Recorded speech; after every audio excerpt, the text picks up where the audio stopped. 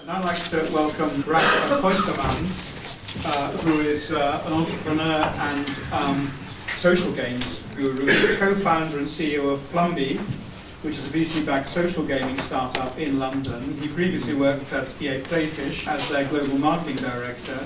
He served as European marketing director for Pogo.com, and he worked as head of marketing Western Europe for Unibet.com. Basically, I'm going to narrow it down a little bit and talk specifically around social games, which is, I would say, probably my area of expertise. I've been in this industry for a couple of years, which makes me a bit of a dinosaur in the world of social games. The question is, of course, unless you want to run or build or fund a game studio, why would you care, right? You guys are doing business, you're here to learn more about marketing. I think this is the most important and quite an impressive metric. A lot of people are still surprised about this. 150 billion minutes are spent every month on social games. This is a combination, obviously, of Facebook games, which is, I think, what we all understand as social game, but also social games on, for example, mobile platforms. If you look at it on a yearly basis, that's 3.4 million years are spent or wasted on these kind of games. What else you can take away from the world of social games? I think there's a couple of things. I think social games and social game companies, they live on social or mobile networks. It's not an extra for them, it's not something nice, it's not something they can play a bit with or test a bit with. Like a social media strategy for them, it's not a luxury, it's where they live, right? I mean, those companies, their house is on Facebook. So if they don't get it right, it's going to become painful. What I mean with next generation marketing is basically how those companies look at customer acquisition, customer retention, customer engagement. When I worked at EA, first at Pogo, and afterwards at Playfish, our finance people really struggled with it because they looked at marketing as an OPEX cost, as a fixed cost, like what is your marketing budget this quarter, in which country you're going to spend it. It doesn't work like that. I mean, this is basically real-time marketing. It's actually closer to trading on the stock exchange than it is to planning campaigns weeks and months in advance.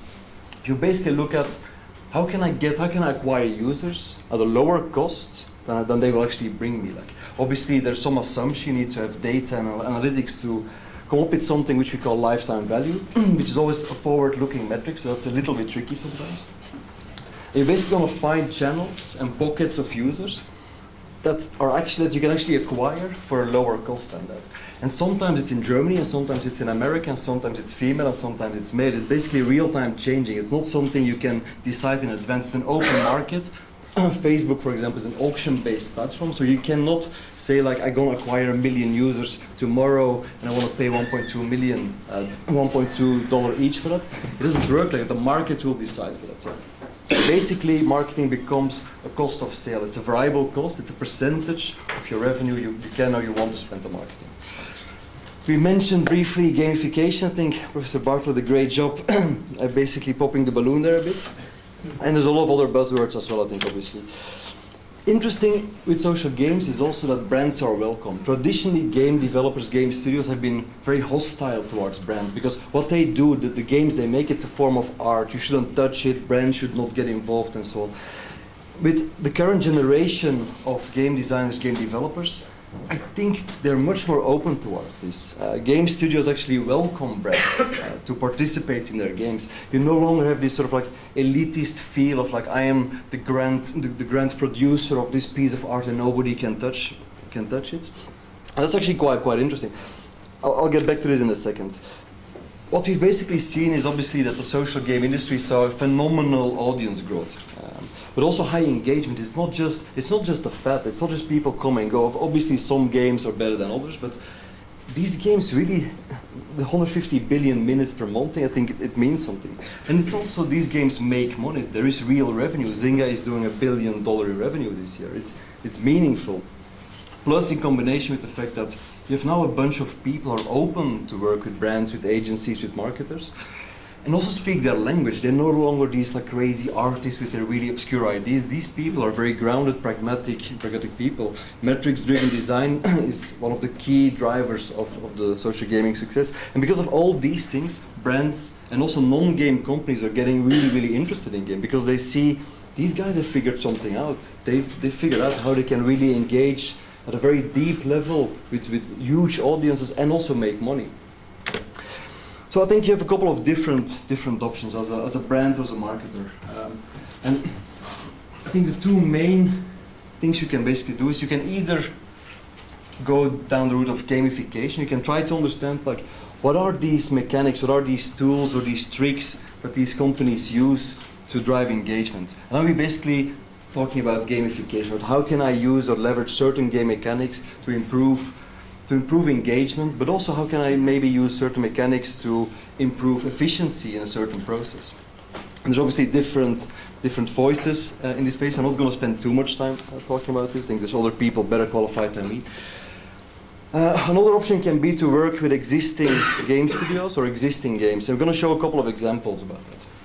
And basically there you have a lot of different possibilities, right? You can either go down the route of an in-game advertising campaign or sponsorship. You can also work out a partnership with a game studio where you can basically use that audience and use the game in a different way.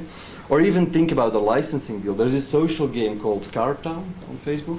And what they actually did, initially it was all made-up cars. And the game didn't really work, didn't really get traction. So they basically felt that they needed like real cars. Because cars are really, really powerful brands. People really identify with car brands. So they felt that they needed to get real cars in those games.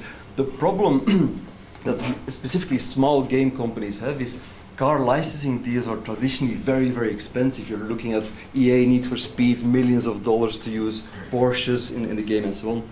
So they basically created like a much more clever approach. They basically went to the agency of the car brands and said like, hey guys, we actually have an audience. We have also a way to make that audience bigger. And we can find a clever way where we can work like a rev share deal, basically. Like we can help you monetize that audience and in the same time also help them engage with your brand. I'll show a couple of examples of these. This is, a lot of these you will see are coming from Zynga. I think Zynga is probably leading the space. This is relatively interesting. This is I think 2 years old, or 1 year old, where Citi, which is obviously one of the biggest financial institutions, approached Zynga to integrate them in their loyalty scheme. And it's interesting because it's a very old-fashioned industry, Citibank, finally realizing that virtual currency, that there's an audience of people who really value virtual coins. Farm cash, for a lot of people, can be as valuable as saving for real physical items. The big problem that those companies have is that the coins and the points that they have, that they basically are on their balance sheet as consumer debt. So they need to find ways, need to find sinks where they can actually get people to offload a lot of those coins. And that's, I think, also where social games can play a role.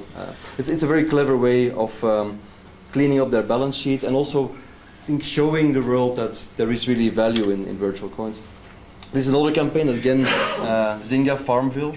We're a green giant, which is obviously a brand of packaged vegetables, which is kind of boring, right? It's commodity. Like, how do you feel different towards this brand of packaged tomatoes versus that one? I think it's kind of difficult to really build a strong feeling around this. So they basically worked with Farmville. Obviously, there's a clear link as well, right? Vegetables, Farmville.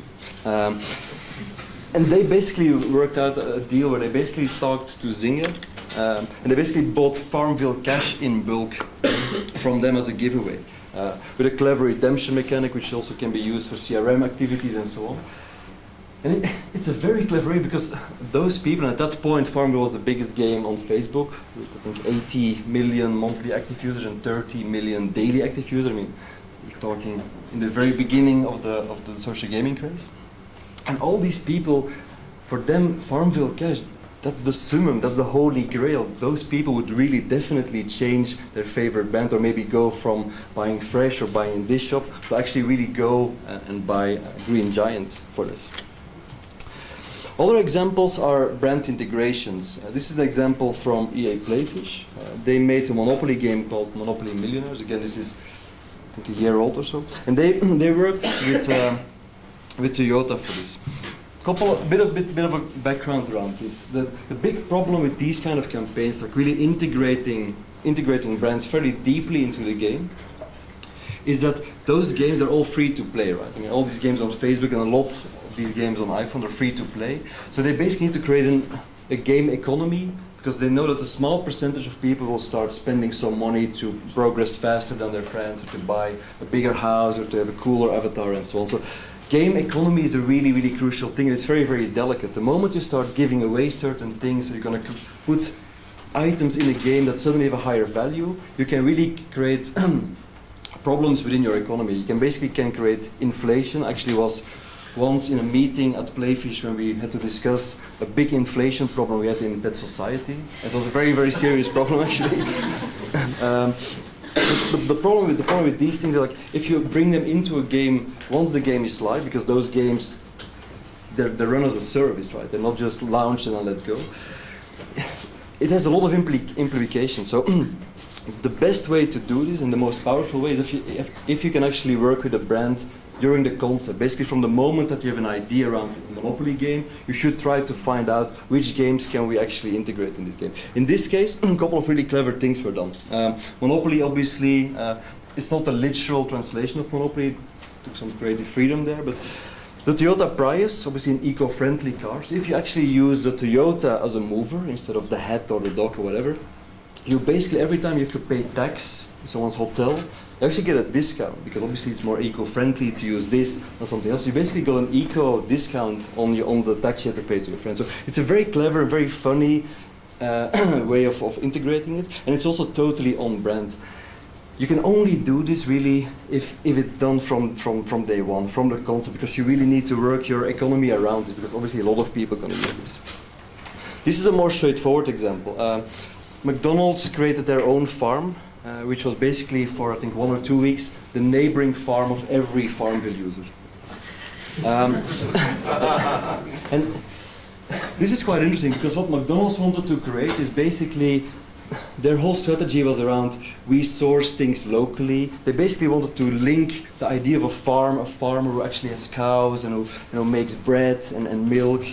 That they wanted to tie that image very closely with McDonald's, because obviously a lot of people associate McDonald's with industrial food and so on. So the idea of creating a farm and a jolly farmer actually running around, making all these delicious things for McDonald's, that's a very, very strong thing. And because it doesn't interfere with your gameplay.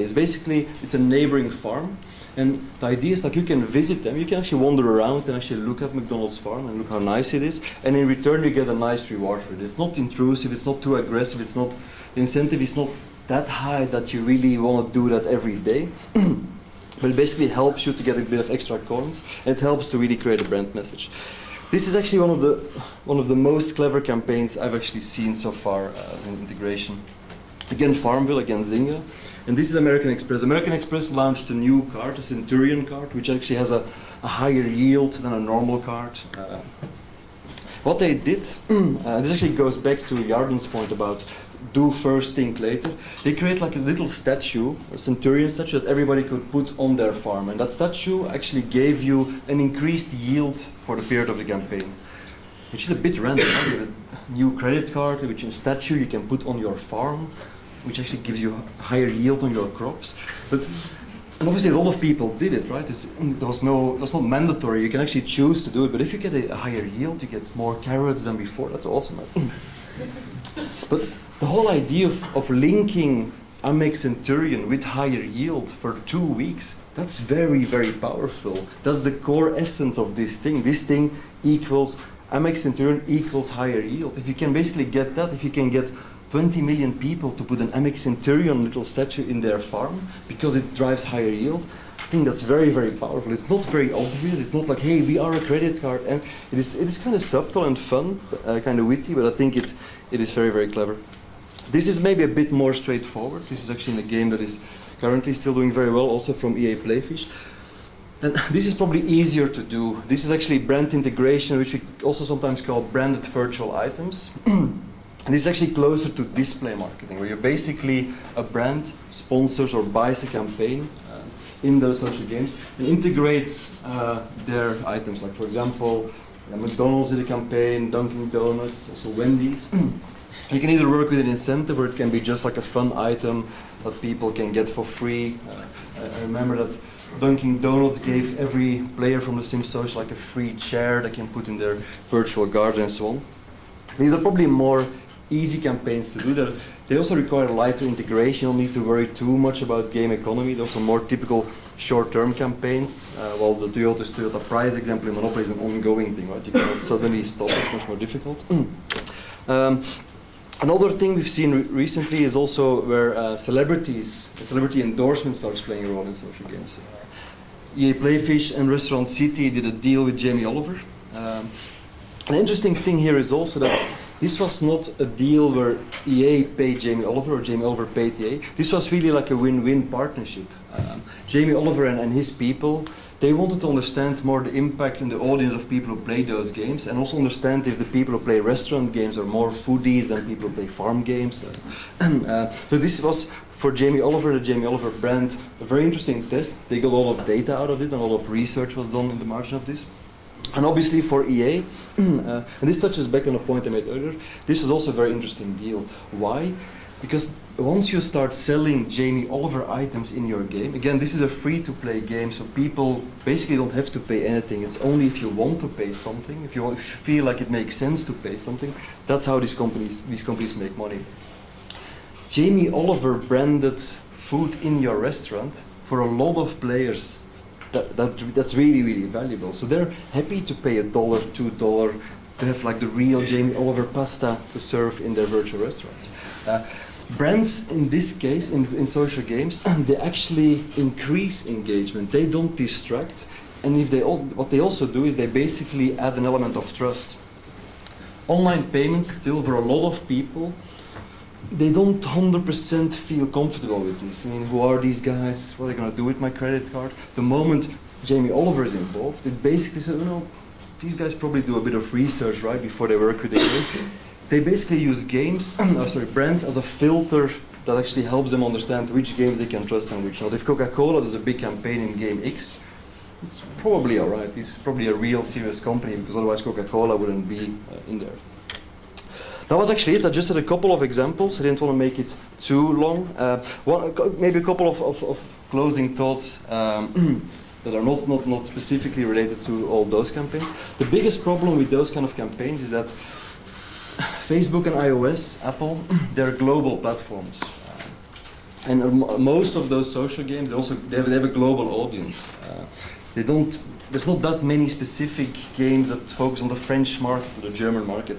And the problem is that there's not that many global brands, and even if you have global brands, they typically don't have a global media budget. It's not the case that Unilever basically has you have a global media budget. You basically have Unilever UK, Unilever Belgium, Unilever Holland, and they all make their own decisions. And that's very hard to combine with the game. It's a lot of work actually to create those things. You basically need to work with an agency, the studio needs to get involved. So to do a campaign just for the UK or just for Ireland or just for Belgium, which is a very small fraction of, for example, the Farmville players, makes it very, very difficult and also fairly expensive. That actually means that until today, it's only a handful of companies who are really doing this. It also means that the budgets are actually relatively small, because most of those campaigns are still funded by innovation budgets or like test budgets from companies willing to understand or trying to understand better how these games work and what is the kind of engagement you can get out of these. So that's a big problem. And that's also the reason why advertising and branded virtual items and brand integrations until today are less than 10% of the total revenue of the world of social games. I'm happy to talk more about this and other things later in the panel, but I hope at least there's an interesting flavor and a couple of interesting thoughts. So thank you.